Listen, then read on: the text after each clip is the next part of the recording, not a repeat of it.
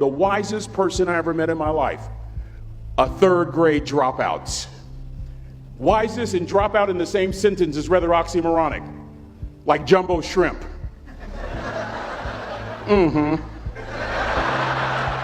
Like fun run, ain't nothing fun about it. Like Microsoft Works, y'all don't hear me.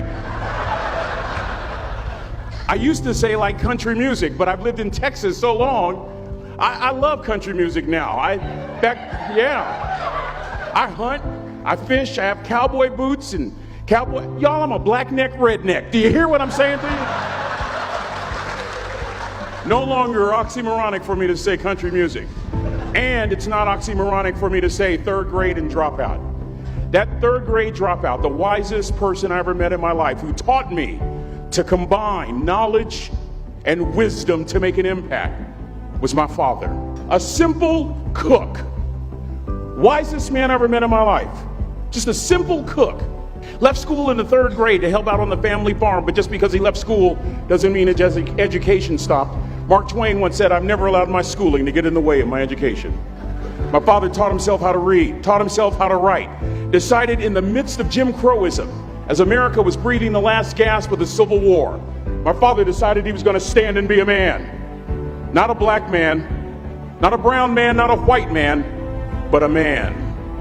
He literally challenged himself to be the best that he could all the days of his life. I have 4 degrees. My brother is a judge. We're not the smartest ones in our family. It's a third grade dropout daddy. A third grade dropout daddy who was quoting Michelangelo, saying to us, "Boys, I won't have a problem if you aim high and miss, but I'm going to have a real issue if you aim low and hit." A country mother quoting Henry Ford, saying, "If you think you can or if you think you can't, you're right." I learned that from a third grade drop. Simple lessons. Lessons like these. Son, you'd rather be an hour early than a minute late. We never knew what time it was at my house because the clocks were always ahead. My mother said for nearly 30 years my father left the house at 3:45 in the morning. One day she asked him, "Why, Daddy?" He said, "Maybe one of my boys will catch me in the act of excellence. I want to share 2 things with you." Aristotle said, "You are what you repeatedly do."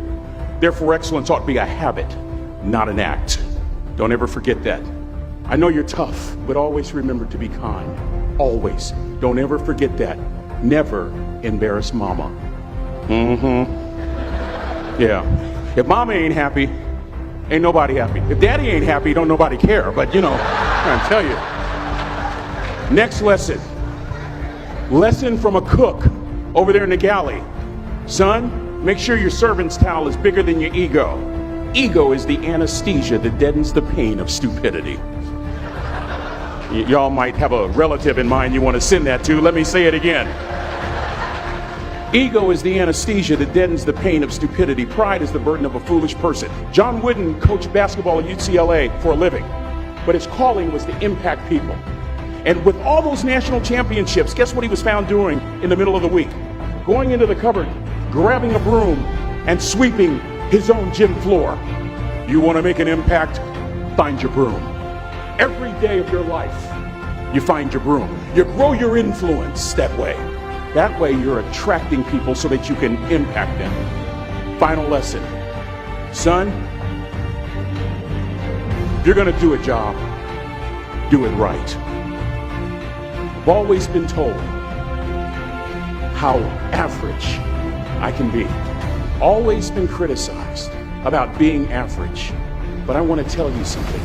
I stand here before you, before all of these people, not listening to those words, but telling myself every single day to shoot for the stars, to be the best that I can be. Good enough isn't good enough if it can be better, and better isn't good enough if it can be best.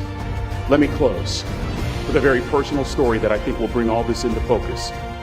Wisdom will come to you in the unlikeliest of sources, a lot of times through failure.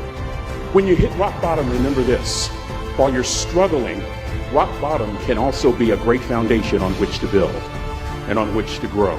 I'm not worried that you'll be successful. I'm worried that you won't fail from time to time. Person that gets up off the canvas and keeps growing, that's the person that will continue to grow their influence. Back in the 70s, to help me make this point, let me introduce you to someone. I met the finest woman I'd ever met in my life. Back in my day, we'd have called her a brick house. This woman was the finest woman I'd ever seen in my life. There's just one little problem. Back then, ladies didn't like big old linemen. The Blind Side hadn't come out yet.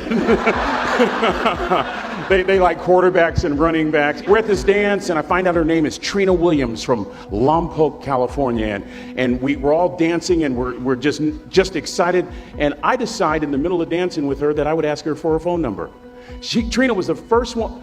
Trina was the only woman in college who gave me her real telephone number. The next day, we walked to Baskin & Robbins ice cream parlor. My friends couldn't believe it. This has been 40 years ago, and my friends still can't believe it. We go on a second date, and a third date, and a fourth date. We drive from Chico to Vallejo so that she could meet my parents. My father meets her. My daddy, my hero, he meets her, pulls me to the side and says, "Is she psycho?" But anyway, we go together for a year, 2 years, 3 years, 4 years. By now, Trina's a senior in college. I'm still a freshman, but I'm working some things out. I'm so glad I graduated in 4 terms.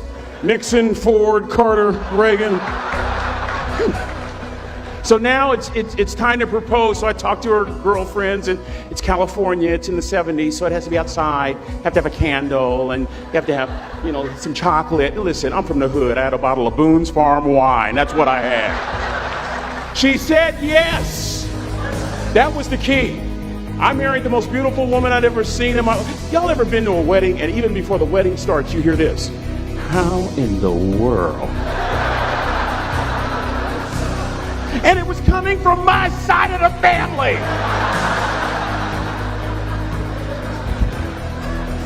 We get married, we have a few children, our lives are great.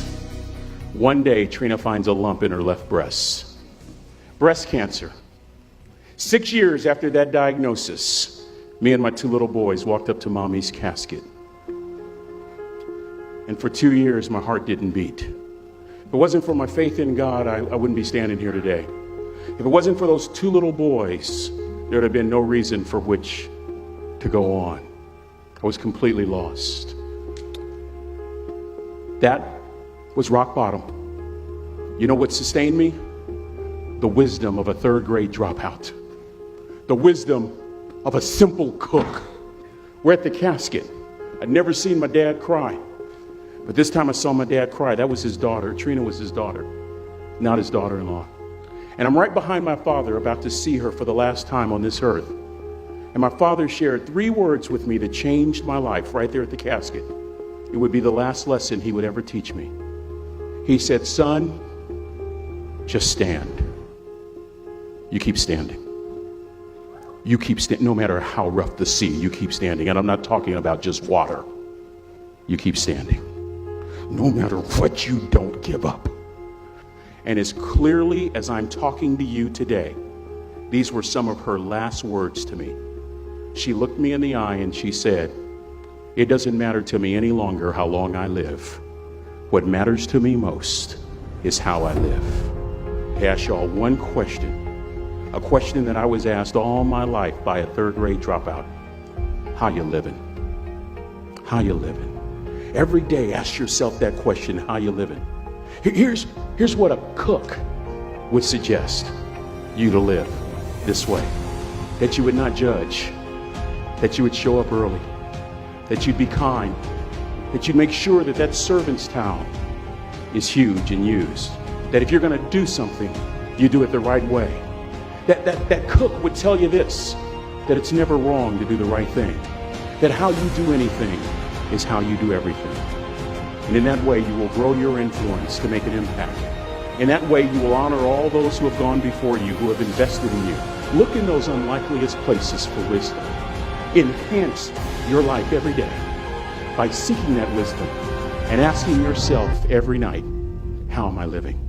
May God richly bless y'all. Thank you for having me.